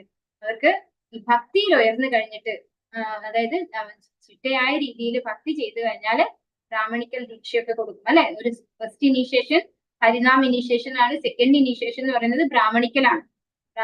അവർക്ക് പൂണൂലൊക്കെ കൊടുക്കുന്നുണ്ട്. അവർക്ക് പിന്നെ ആൾട്ടറിൽ പോയി പൂജ ചെയ്യാൻ സാധിക്കും. സ്ത്രീകളാണെങ്കിൽ ഇവിടെ ഇന്ത്യക്ക് പുറത്തൊക്കെ അവർക്കും ആൾട്ടറിലൊക്കെ പൂജയൊക്കെ ചെയ്യാം. പക്ഷെ ഇന്ത്യക്കുള്ളില് സ്ത്രീകൾ അധികം ആൾട്ടറിൽ പോവില്ല. ഭഗവാന്റെ അലങ്കാരം അങ്ങനെയുള്ള കാര്യങ്ങളൊക്കെ ചെയ്യും. അതുപോലെ കിച്ചണില് ഭഗവാന് വേണ്ടുന്ന നിവേദ്യങ്ങളൊക്കെ ഉണ്ടാക്കാൻ സ്ത്രീകൾക്ക് സാധിക്കും. അപ്പൊ അത്തരത്തിലുള്ള സേവനങ്ങളിലൊക്കെ അവർക്ക് ഇൻവോൾവ് ചെയ്യാൻ പറ്റും. അവരൊന്നും ആരല്ല, ജന്മം കൊണ്ട് ബ്രാഹ്മണരല്ല, പക്ഷെ കർമ്മം കൊണ്ട് ബ്രാഹ്മണരായി മാറുകയാണ് ചെയ്യുന്നത്. ഒരു യഥാർത്ഥ ഭക്തൻ ബ്രാഹ്മണ കുലത്തിലല്ല ജനിച്ചതെങ്കിലും യാഗാദികൾ ചെയ്യുന്നതിന് മാത്രം അധികാരമുള്ള ഒരു ബ്രാഹ്മണന്റെ യോഗ്യതകൾ അയാൾക്ക് ലഭിക്കുന്നതാണ് പറയുന്നത്. ഒരു വൈഷ്ണവനായി മാറിക്കഴിഞ്ഞാൽ അവർക്ക് എന്താണ്, ബ്രാഹ്മണനാവാനുള്ള ഒരു യോഗ്യത നേടുന്നു. അങ്ങനെയുള്ളവർക്ക് ഇസ്കോണില് ബ്രാഹ്മണിക്കൽ ദീക്ഷയൊക്കെ കൊടുക്കുന്നുണ്ട്. സർവശക്തനായ ഭഗവാൻ എല്ലാവരുടെയും ഹൃദയത്തിൽ ഇരിക്കുന്നത് കൊണ്ട് അദ്ദേഹത്തിന് അവിടെ ഇരുന്നു കൊണ്ട് തന്നെ തന്റെ ആത്മാർത്ഥ ഭക്തന് ശരിയായ മാർഗത്തിൽ പ്രവേശിക്കുന്നതിന് വേണ്ടതായ നിർദ്ദേശങ്ങൾ നൽകുവാൻ കഴിയും. ഇപ്പോ നമ്മൾ മനസ്സിലാക്കേണ്ടത് ഈ ഭക്തി എന്ന് പറയുന്നത് അഭിനയിക്കേണ്ട ഒരു കാര്യമല്ല. ചിലര് ഭയങ്കര ഓവർ ആക്ടിങ് ആയിരിക്കും അല്ലെ, ഭയങ്കര എന്താ പറയുക, ഭയങ്കര ഭക്തനാണെന്നുള്ള രീതിയിൽ ഓവർ ആക്ടിങ് ചെയ്യും. പക്ഷെ നമ്മൾ ഒരു കാര്യം മനസ്സിലാക്കണം, ഭഗവാൻ എപ്പോഴും എവിടെയുണ്ട് ഇരിക്കുന്നത്, എല്ലാവരുടെയും ഹൃദയത്തിൽ ഇരിക്കുന്നുണ്ട് അല്ലെ. നമ്മൾ എന്താണ് യഥാർത്ഥത്തിൽ എന്ന് ആർക്കറിയാൻ സാധിക്കും, ഭഗവാൻ അറിയാൻ സാധിക്കും. അപ്പൊ അവിടെ ഇരുന്നുകൊണ്ട് എല്ലാവരുടെയും ഹൃദയത്തിൽ ഇരുന്നുകൊണ്ട് തന്നെ ഓരോരുത്തരുടെയും ആ ഒരു റേഞ്ച്, ഭക്തിയുടെ റേഞ്ച് എന്താണ് വളരെ വ്യക്തമായിട്ട് അറിയാൻ ആർക്ക് സാധിക്കുന്നുണ്ട്, ഭഗവാന് സാധിക്കുന്നുണ്ട്. അപ്പൊ ആത്മാർത്ഥതയുള്ള ഭക്തനെ ശരിയായ മാർഗത്തിൽ പ്രവേശിക്കുന്നതിന് വേണ്ടതായ നിർദ്ദേശങ്ങൾ ആര് നൽകും, ഹൃദയത്തിൽ ഇരുന്നു കൊണ്ട് ഭഗവാൻ നൽകും എന്നാണ് പറയുന്നത്. അപ്പൊ ഭഗവാൻ അറിയാം ഏതൊരു വ്യക്തിയുടെയും ആത്മാർത്ഥത എത്രത്തോളം ഉണ്ട് എന്നുള്ളത്. അപ്പൊ അത് മനസ്സിലാക്കി ഭഗവാൻ ആ ഭക്തനെ വരാൻ വേണ്ടുന്ന, അതായത് ഭക്തിയിൽ പ്രോഗ്രസ് ചെയ്യാൻ വേണ്ടുന്ന നിർദ്ദേശങ്ങൾ ഭഗവാൻ കൊടുക്കുന്നതാണ് ഇവിടെ പറഞ്ഞു തരുന്നത്. ശ്രീമദ് ഭാഗവതം 11:5-42 പറയുന്നു, സുപാദമൂലം ഭജത പ്രിയസ്യ തിക്താന്യഭാവസ്യ ഹരിപരേഷഃ വികർമ്മ യച്ചോത്പതിതം കഥാചിത് സുനോതി സർവം സന്നിവിഷ്ടം. ഭഗവാൻ ഭക്തനിൽ അത്രത്തോളം കൃപാമയനാണ്. ഭക്തൻ ചിലപ്പോൾ വികർമ്മവുമായി ബന്ധപ്പെടുന്നു എങ്കിൽ പോലും, വേദവിരുദ്ധമായ പ്രവൃത്തികളിൽ ഏർപ്പെടുന്നു എങ്കിൽ പോലും അവന്റെ ഹൃദയത്തിൽ ഇരുന്നു കൊണ്ട് ഭഗവാൻ അവനെ വിലക്കുന്നു. എന്തുകൊണ്ടെന്നാൽ ഭക്തന്മാർ ഭഗവാന് അത്രത്തോളം പ്രിയപ്പെട്ടവരാണ്. അപ്പോ ഇവിടെ നമ്മൾ ഒരു കാര്യം മനസ്സിലാക്കേണ്ടത്, ഈ ഭക്തന്മാരെന്ന് പറഞ്ഞു കഴിഞ്ഞാല് നിഷ്കളങ്കരാണ് അല്ലെ, അവർക്ക് കളങ്കം അറിയില്ല. അപ്പൊ അങ്ങനെയുള്ളവര് അറിയാതെയെങ്കിലും ചിലപ്പോ വേദവിരുദ്ധമായ പ്രവൃത്തികൾ ചെയ്യാൻ ഇടവന്നേക്കാം. ആ സമയത്ത് ഭഗവാൻ അവരുടെ ഉള്ളിൽ ഇരുന്നുകൊണ്ട് ഇത് ചെയ്യരുത് ചെയ്യരുത് എന്ന് ഇൻസ്ട്രക്ഷൻ കൊടുക്കുന്നു എന്നാണ് ഇവിടെ പറയുന്നത്. ഹൃദയത്തിൽ ഇരുന്നുകൊണ്ട് ഭഗവാൻ അവനെ വിലക്കുന്നു.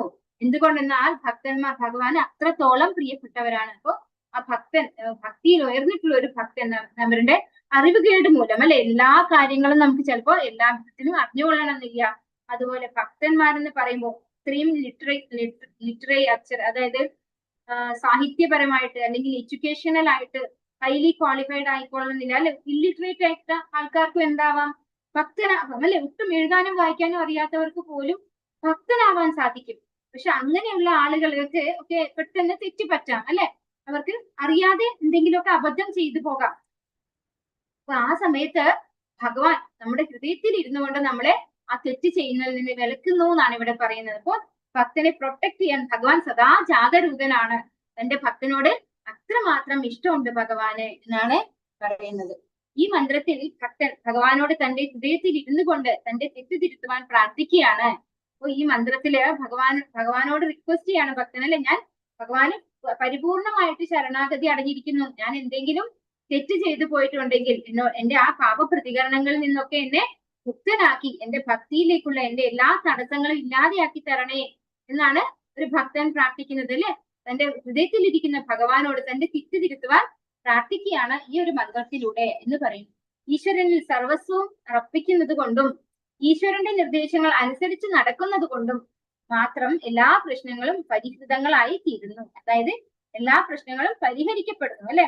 നമ്മള് ഭഗവാനെ സ്വയം സമർപ്പിക്കുന്നത് കൊണ്ടും ഭഗവാൻ എന്താണോ നമ്മളെ നിർദ്ദേശിച്ചിരിക്കുന്നത് അത് തന്നെ പ്രവർത്തിക്കുന്നത് കൊണ്ടും ആ വ്യക്തിയുടെ എല്ലാ പ്രശ്നങ്ങളും പരിഹരിക്കപ്പെടുന്നു. ഇവിടെ പ്രശ്നം ഇല്ലാതെ ആവുന്നു എന്നല്ല പറയുന്നത്, പ്രശ്നങ്ങൾ പരിഹരിക്കപ്പെടുന്നു അല്ലെ, പരിഹരിക്കത്തക്കതായിട്ട് മാറുന്നു. ചിലപ്പോ നമ്മൾ ഭക്തിയിൽ വന്നില്ല എങ്കിൽ ഒരിക്കലും പരിഹരിക്കാൻ പറ്റാത്ത പ്രശ്നങ്ങളായിരിക്കും അല്ലെ.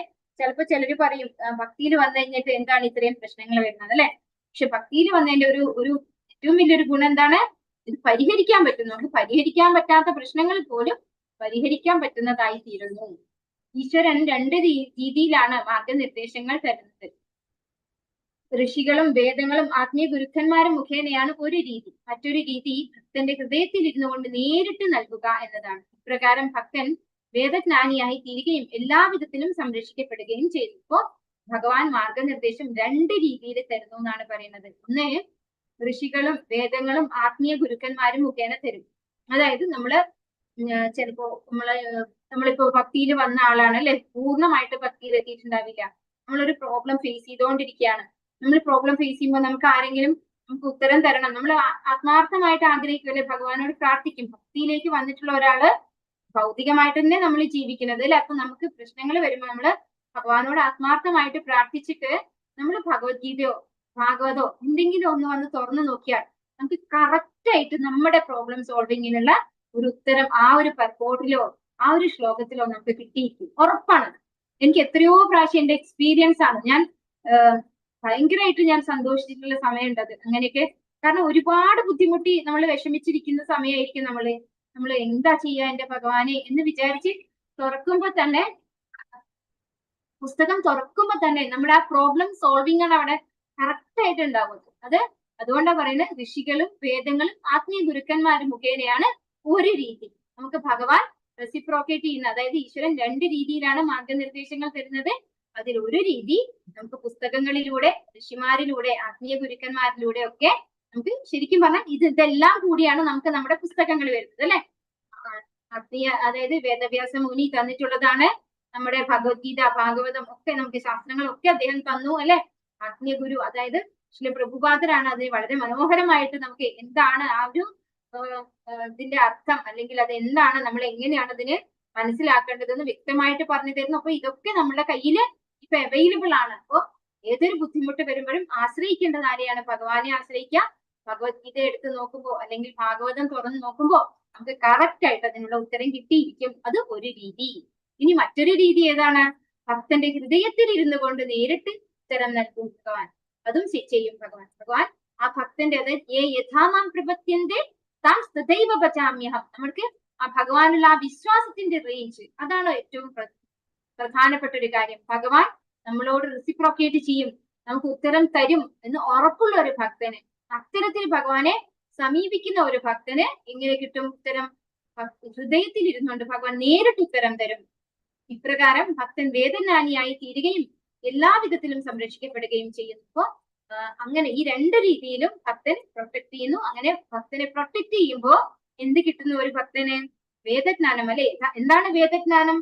വേദേശ്ച സർവൈരഹമേവ വേദ്യോ വേദാന്തകൃത്വേദ വിദേവ ചാഹം. എന്താണ് വേദജ്ഞാനി പറഞ്ഞു കഴിഞ്ഞാൽ എന്താണ് വേദത്തിന്റെ ലക്ഷ്യം? വേദേശ്ച സർവൈർ അഹമേവ വേദ്യോ, ഭഗവാനെ അറിയുക എന്നുള്ളതാണ് വേദത്തിന്റെ ലക്ഷ്യം അല്ലെ. വേദാന്തകൃത്വേദ വിദേവ ചാഹം, ഭഗവാനാണ് വേദങ്ങൾ എഴുതിയിട്ടുള്ളതും വേദങ്ങളിലൂടെ അറിയേണ്ടതും. അതായത് പരമമായ ലക്ഷ്യവും ഭഗവാനാണ്, വേദങ്ങളിലൂടെ അറിയേണ്ടതും ഭഗവാനാണ്. അപ്പോ ആ ഒരു ജ്ഞാനം ഭഗവാൻ നേരിട്ടും അതുപോലെ ഭഗവാന്റെ ശുദ്ധ ഭക്തന്മാരിലൂടെയും ശാസ്ത്രങ്ങളിലൂടെയും ഭഗവാൻ നമുക്ക് ജ്ഞാനം പകർന്നു തരും എന്നാണ് പറയുന്നത്. ആ വ്യക്തിക്ക് ജ്ഞാനം കിട്ടും. അങ്ങനെ ആ വ്യക്തി പൂർണ്ണമായിട്ടും എല്ലാവിധത്തിലും സംരക്ഷിക്കപ്പെടും എന്നാണ് പറയുന്നത്. ഗുരുവിന്റെ രൂപത്തിലാണ് ഭഗവാൻ ഭക്തന് ദർശനം നൽകുന്നത്. ഒരു ഗുരുവിനെ ആശ്രയിക്കുന്നതിന് ഒരാൾക്ക് അവസരം കിട്ടിയാൽ തീരുമാനിക്കാം അയാൾ ഈശ്വര അനുഗ്രഹത്തിന് പാത്രമായിരിക്കുന്നു എന്ന്. അപ്പോൾ നമുക്കൊരു യഥാർത്ഥ ആധ്യാത്മിക ആചാര്യനെ കിട്ടുകയാണെങ്കിൽ, ഒരു ദീക്ഷാ ഗുരു അല്ലെ, ദീക്ഷയൊക്കെ എടുക്കാൻ സാധിക്കുന്നത് ഭഗവാന്റെ കാരുണ്യമാണ് എന്നാണ് മനസ്സിലാക്കേണ്ടത് അല്ലെ. അതിനൊരു അവസരം നമുക്ക് കിട്ടുമ്പോൾ നമ്മൾ മനസ്സിലാക്കണം, നമ്മൾ ഭഗവാന്റെ സംപ്രീതി അല്ലെ, ഭഗവാന്റെ പ്രീതിക്ക് പാത്രമായിരിക്കുന്നു, അനുഗ്രഹത്തിന് പാത്രമായിരിക്കുന്നു എന്ന് നമ്മൾ മനസ്സിലാക്കണം. ഭഗവാന്റെ അപദാനങ്ങൾ കേൾക്കുന്നതും പ്രകീർത്തിക്കുന്നതും പവിത്ര കർമ്മങ്ങളാണ്. ഭഗവാനെ കുറിച്ച് കേൾക്കുക. അതുകൊണ്ടാണ് എല്ലാവരോടും പറയുന്നത് ഭാഗവതം ക്ലാസ്സിൽ കയറണം. ഭാഗവതം ക്ലാസ്സിൽ എന്താ പഠിപ്പിക്കുന്നത്? ഭഗവാന്റെ അപദാനങ്ങൾ കേൾക്കുകയും പ്രകീർത്തിക്കുകയും ചെയ്യാണ് ചെയ്യുന്നത്. പവിത്ര കർമ്മങ്ങളാണ്. താൻ എല്ലാ ജീവജാലങ്ങളുടെയും ഹിതകാംക്ഷിയാകയാൽ എല്ലാവരും തന്നെ കുറിച്ച് പാടണമെന്നും കേൾക്കണമെന്നും ഈശ്വരൻ ആഗ്രഹിക്കുന്നു. അപ്പൊ ഭഗവാൻ എന്താ ആഗ്രഹിക്കുന്നത്? ഭഗവാനെ കുറിച്ച് കീർത്തിക്കണം, ഭഗവാനെ കുറിച്ച് കേൾക്കണം. ഇത് ഭഗവാന്റെ സ്വാർത്ഥ താല്പര്യമല്ല. എന്തിനാണ് ഭഗവാൻ അത് ആഗ്രഹിക്കുന്നത്? ഭഗവാനാണ് എല്ലാ ഗുണങ്ങളുടെയും റിസർവോയർ അല്ലെ, സംഭരണിയാണ്. അപ്പൊ ഭഗവാനെ കുറിച്ച് പ്രകീർത്തിക്കുമ്പോ, ഭഗവാനെ കുറിച്ച് കേൾക്കുമ്പോ നമുക്ക് ആ ഭഗവാന്റെ ക്വാളിറ്റീസ് ആണ് നമുക്ക് കിട്ടുന്നത്. അതുകൊണ്ടാണ് ഭഗവാൻ നമ്മൾ അങ്ങനെ ചെയ്യണമെന്ന് ആഗ്രഹിക്കുന്നത്. നമ്മൾ ഈ ഭൗതിക പ്രകൃതിയുടെ ഭാഗമാകണം എന്നല്ല ഭഗവാൻ ആഗ്രഹിക്കുന്നത്. നമ്മൾ ഭഗവാന്റെ ആധ്യാത്മിക ലോകത്തേക്ക് തിരിച്ചു പോയി സുഖമായിട്ടിരിക്കണം എന്നാണ് ഭഗവാൻ ആഗ്രഹിക്കുന്നത്. അതുകൊണ്ടാണ് ഭഗവാൻ അങ്ങനെ ഭഗവാനെ കുറിച്ച് കേൾക്കാനും പ്രകീർത്തിക്കാനും ആഗ്രഹിക്കുന്നത്. ഈശ്വര കഥകൾ കേട്ടും കേൾപ്പിച്ചും കൊണ്ടിരിക്കുന്നവനെ അനാവശ്യ കാര്യങ്ങളിലുള്ള ആഗ്രഹങ്ങൾ ഇല്ലാതാവുകയും ഈശ്വരനിൽ ഭക്തി ഉറയ്ക്കുകയും ചെയ്തു. ഭൗതികമായ മാലിന്യങ്ങളൊക്കെ ഇല്ലാതെയാണ്. നമ്മള് നേരത്തെ ഒരു എക്സാമ്പിൾ പറഞ്ഞിട്ടുണ്ട്. ഒരു ചളി നിറഞ്ഞ ഒരു വെള്ളം അല്ലെ, ഒരു ഗ്ലാസ്സിൽ നിറയെ ചളിയായിട്ടുള്ള ഒരു വെള്ളം എടുത്തിട്ട് നമ്മൾ ടാപ്പ് വാട്ടർ ഓൺ ആക്കിയിട്ട് അതിന്റെ അടിയിൽ കൊണ്ടുവച്ചാല് കുറച്ച് സമയം കഴിയുമ്പോൾ അതിലെന്താവും? പ്യോർ വാട്ടറായി മാറും അല്ലെ, അതിലുള്ള ചളിയൊക്കെ പുറത്തു പോകും. അതാണ് നമുക്ക് സംഭവിക്കുന്നത്. എന്ത് ചെയ്യുമ്പോൾ? ഭഗവാനെ കുറിച്ച് കേൾക്കുമ്പോൾ നമ്മുടെ ഉള്ളിലുള്ള അനാവശ്യങ്ങളായിട്ടുള്ള മാലിന്യങ്ങള്, ഈ ഭൗതികമായ മാലിന്യങ്ങളൊക്കെ ഇല്ലാതെയായിട്ട് ഭഗവാനിൽ ഭക്തി ഉറക്കുകയാണ് ചെയ്യുന്നത്. ഈ നിലവാരത്തിലെത്തിയ ഭക്തൻ ഒരു ബ്രാഹ്മണന്റെ യോഗ്യതകൾ ലഭിച്ചവനായി തീരുന്നു. അപ്പോ അങ്ങനെ നമ്മൾ ഭഗവാനെ കുറിച്ച് കേൾക്കാൻ ഒരു താല്പര്യം ഉണ്ടായി കഴിഞ്ഞാൽ, അതിനുള്ള പരിശ്രമം നമ്മൾ നടത്തിയാൽ, ഭഗവാനെ കുറിച്ച് കേൾക്കാൻ നമ്മൾ തയ്യാറായാൽ, ഭഗവാനെ കുറിച്ച് ജപിക്കാനും ഭഗവാനെ കുറിച്ച് വായിക്കാനും അറിയാനും ഒക്കെ നമ്മൾ തയ്യാറായി കഴിഞ്ഞാൽ ആ വ്യക്തി ബ്രാഹ്മണിക്കൽ ക്വാളിറ്റീസിലേക്ക് വരുന്നു. പ്രകൃതിയുടെ താഴ്ന്ന തരം ഗുണങ്ങൾ, രജോ ഗുണവും തമോ ഗുണവും അവനിൽ നിന്ന് എന്നേക്കുമായി തിരോഭവിക്കുമ്പോ ഭക്തിയിൽ ഉറച്ച ഒരു വ്യക്തിയിൽ നിന്ന് എന്തില്ലാതെയാവുന്നു? രാജസിക്കും താമസിക്കുമായിട്ടുള്ള ഗുണങ്ങൾ ഇല്ലാതെയായിത്തീരുന്നു. ഇത് എന്തുകൊണ്ടാണ് ഇത് സംഭവിക്കുന്നത്? ഭഗവാന്റെ ശൃണ്വതാം സുഖതാ കൃഷ്ണ പുണ്യശ്രവണ കീർത്തന ഹൃദ്യന്തസ്തോഹി അപത്രാണി ഇത് നോതി സുഹൃത്സതാം അല്ലെ, ഭാഗവതം പറയുന്നുണ്ടത്. ഭഗവാനെ കുറിച്ച് കേട്ട് കഴിഞ്ഞാൽ ഹൃദയന്തസ്തോഹി അപത്രാണി എന്നാണ് പറയുന്നത് അല്ലെ. നമ്മുടെ ഹൃദയത്തിലുള്ള എല്ലാ അഭദ്രാണി മാലിന്യങ്ങളും ഇല്ലാതെയാകും. ഭഗവാന്റെ മാർഗത്തെയും ഭഗവത് പ്രാപ്തിക്കുള്ള ഉപായത്തെയും അവൻ അറിയുന്നു. എല്ലാ സംശയങ്ങളും അസ്തമിക്കുന്നത് കൊണ്ട് അവൻ പരിശുദ്ധ ഭക്തിയുടെ ഉടമയായി തീരുന്നു. അപ്പോ ഭഗവാന്റെ മാർഗത്തെ കുറിച്ച്, ഭഗവാനെ പ്രാപിക്കുന്നത് എങ്ങനെയാണ് എന്നൊക്കെ മനസ്സിലാക്കുന്നത് കൊണ്ട് തന്നെ ആ വ്യക്തിക്ക് ഒരു പരിശുദ്ധ ഭക്തനായി തീരാൻ സാധിക്കുന്നു. ഭഗവാനെ കുറിച്ചുള്ള സംശയങ്ങളൊക്കെ ഇല്ലാതെയാകുന്നു എന്നാണ് പറയുന്നത്. ഹരേ കൃഷ്ണ കൃഷ്ണ കൃഷ്ണ ഹരേ ഹരേ, ഹരേ രാമ രാമ രാമ ഹരേ ഹരേ. വാഞ്ചാകൽപതരുഭ്യശ്ച സിന്ധുഭ്യൈവ ച പതിതാനാം പാവനേഭ്യോ वैष्णवेभ्यो नमो नमः। अनंत कोटि वैष्णव वृंद की जय, श्री प्रभुपाद की जय, गुरु महाराज की जय, गौर प्रेमानंदे। हरि हरि बोल। हरे कृष्ण സർ, ശ്രീകൃഷ്ണ. ഹരേ കൃഷ്ണ. എന്തെങ്കിലും സംശയം ഉണ്ടോ ആർക്കെങ്കിലും? നാളെ പരീക്ഷ ഇടാലോ അല്ലെ? അപ്പൊ ഇന്ന് വൈകിട്ട് എല്ലാവർക്കും ലെവൽ നാളെ മറ്റന്നാളത്തേക്ക് മാറ്റാൻ കഴിയുമോ? എന്റെ ഫോൺ ഇപ്പൊ നന്നാക്കാൻ കൊടുത്തിട്ടുണ്ടെങ്കിൽ നാളെ കിട്ടുള്ളൂ. ഫോൺ കുഴപ്പമില്ല മന്ദജി, ഫോണിൽ കയറിക്കൂടെ മന്ദജി? ഇതിലാക്കാം. കുറച്ച് സമയം ഉണ്ടാവുള്ളൂ എക്സാം. ഇന്ന് രാത്രി 7:30 മാതാജി ഭക്തിരസാമൃത സിന്ധു തുടങ്ങാണ്. ഇപ്പൊ എല്ലാവരോടും അങ്ങോട്ട് ജോയിൻ ചെയ്യാൻ പറഞ്ഞിട്ടുണ്ട് മാതാജി. ഷംന മാതാജി ഒന്ന് മാതാജിയോട് കോർഡിനേറ്റ് ചെയ്തിട്ട് ലിങ്ക് ഒന്നിക്കൽ എന്റെ കയ്യിൽ ഫോൺ നമ്പർ ഒന്നുമില്ല പിന്നെ ഞാൻ പറയാം. അപ്പൊ മാതാജിയുടെ അടുത്ത് ഞാൻ പറയാം, മണിഭൂഷണ മാതാജിയുടെ അടുത്ത് ഞാൻ പറയാം. മാതാജിനെ കോൺടാക്ട് ചെയ്യാനുള്ള നമ്പർ എനിക്ക് തരുമോ? എന്റെ നമ്പർ മാതാജിന്റെ നമ്പർ ഉണ്ട്. അപ്പൊ എനിക്കൊന്ന് ഒരു മെസ്സേജ് ഇട്ടാൽ മതി. ഞാൻ ആ നമ്പർ മാതാജി കൊടുത്തോളാം മാതാജിയോട്. ഇല്ലെങ്കിൽ ഞാൻ മണിഭൂഷണ മാതാജിയുടെ നമ്പർ മാതാജിക്ക് ഷെയർ ചെയ്യാം. മാതാജിക്ക് ഇപ്പൊ പഠിക്കാവുന്നതാണ്. മാതാജി നാളത്തെ ഒരു ദിവസം കൂടെ പഠിക്കാൻ തരാമോ മാതാജി? ഒന്നുകൂടെ ക്ലിയർ ആക്കാനായിട്ട്. നാളെ വേണോ? ഓക്കെ, കുഴപ്പമില്ല മാതാജി. എന്നാ മറ്റന്നാളാക്കാം. ഇപ്പൊ നാളെ പഠിക്കാൻ തരാം. കാരണം മണിഭൂഷിത മാതാജി എന്റെ അടുത്ത് പറഞ്ഞത് അവരൊക്കെ പഠിച്ചു കഴിഞ്ഞു മാതാജി, അവർക്ക് നാളെ എക്സാം ഇടാമെന്നാണ്. ഒന്നുകൂടെ പഠിച്ചിട്ട് ശരി മാതാജി, കുഴപ്പമില്ല. അപ്പൊ 1 day എക്സ്ട്രാ തരുന്നു, നാളെ കഴിഞ്ഞ് മറ്റന്നാള്. അപ്പൊ ഇന്നും 3 മണിക്ക് തന്നെയാണോ മാതാജി? എക്സാം ഈ സമയത്ത് വെക്കാം മാതാജി. 7:30 അത് ഒരു ദിവസമല്ലേ വേണ്ടു. 7:30 ക്ലാസ് ഇന്ന് സ്റ്റാർട്ട് ചെയ്യാണ് അവിടെ ഭക്തിരസാമൃത സിന്ധു. ഇപ്പൊ എല്ലാവരും അതിൽ ജോയിൻ ചെയ്യാം. ഭക്തിരസാമൃത സിന്ധു വളരെ ഇമ്പോർട്ടന്റ് ആയിട്ടുള്ള ഒരു പുസ്തകമാണ്, വളരെ വിശേഷപ്പെട്ട പുസ്തകമാണ്. ഭക്തന്മാർക്ക് ശ്രദ്ധയോടുകൂടി പഠിക്കേണ്ടതാണ്. ഒരിക്കലും മിസ് ചെയ്യാൻ പാടില്ല ആരും. ഒരു ക്ലാസ് പോലും മിസ് ചെയ്യാൻ പാടില്ല. അങ്ങനെ പഠിക്കണം എല്ലാവരും. അത്രയും വിശേഷപ്പെട്ട പുസ്തകമാണ്. അപ്പൊ ഒന്നുകൂടി പറഞ്ഞ പുസ്തകത്തിന്റെ പേര്? ഭക്തിരസാമൃത സിന്ധു. ഭക്തിരസാമൃതം അല്ലേ? ഭക്തിരസ അമൃത സിന്ധു. സിന്ധു പറഞ്ഞ എന്താണ്? കടലാണ് അല്ലെ? കടല. അമൃത സിന്ധു. ഭക്തിരസ അമൃതം അതിന്റെ കടലാണ്. ഭക്തിരസാമൃത എഴുതിയിട്ടുള്ളതാണ്, തന്നിട്ടുള്ളതാണ് നമുക്ക്. അപ്പൊ അതില് ശരിക്കും നമുക്ക് ഒരുപാട് എന്താ പറയാ ഭക്തിയിൽ വരാൻ സഹായിക്കുന്നതാണ്. നമ്മുടെ ആ ഒരു സ്റ്റേജ് എത്രയാണെന്ന് മനസ്സിലാക്കാം, നമുക്ക് എങ്ങനെ ഇമ്പ്രൂവ് ചെയ്യാമെന്ന് മനസ്സിലാക്കാം. ഒരുപാട് കാര്യങ്ങൾ നമുക്ക് മനസ്സിലാക്കാനും നമുക്ക് ഇമ്പ്രൂവ് ചെയ്യാനും പറ്റുന്ന ഒരു പുസ്തകമാണ് ഭക്തിരസാമൃത സിന്ധു. മാതാജി ആണെങ്കിൽ നല്ല രീതിയിൽ എടുത്തും തരും. എല്ലാരും ശ്രദ്ധയോടുകൂടി പഠിക്കാം. മാതാജി എന്നെ നല്ലോണം എടുക്കുന്നുണ്ട്, പിന്നെ ഒന്നുമില്ല. മാതാജി ഈ ലിങ്കിൽ കൂടെ തന്നെ കേറാം അല്ലേ? വൈകിട്ട് ഈ ലിങ്കിലല്ല മാതാജി, വേറെ ലിങ്ക് ആയിരിക്കും മാതാജി. മാതാജി ഈ ലിങ്കിൽ കൂടെ തന്നെ കേറാൻ പറ്റില്ലേ?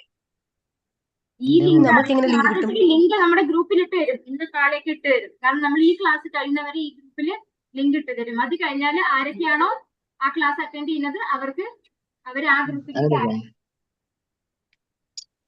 7:30ക്കുള്ള ഗ്രൂപ്പിന്റെ ലിങ്ക് ഇതിൽ ഇടുവോ മാതാജി?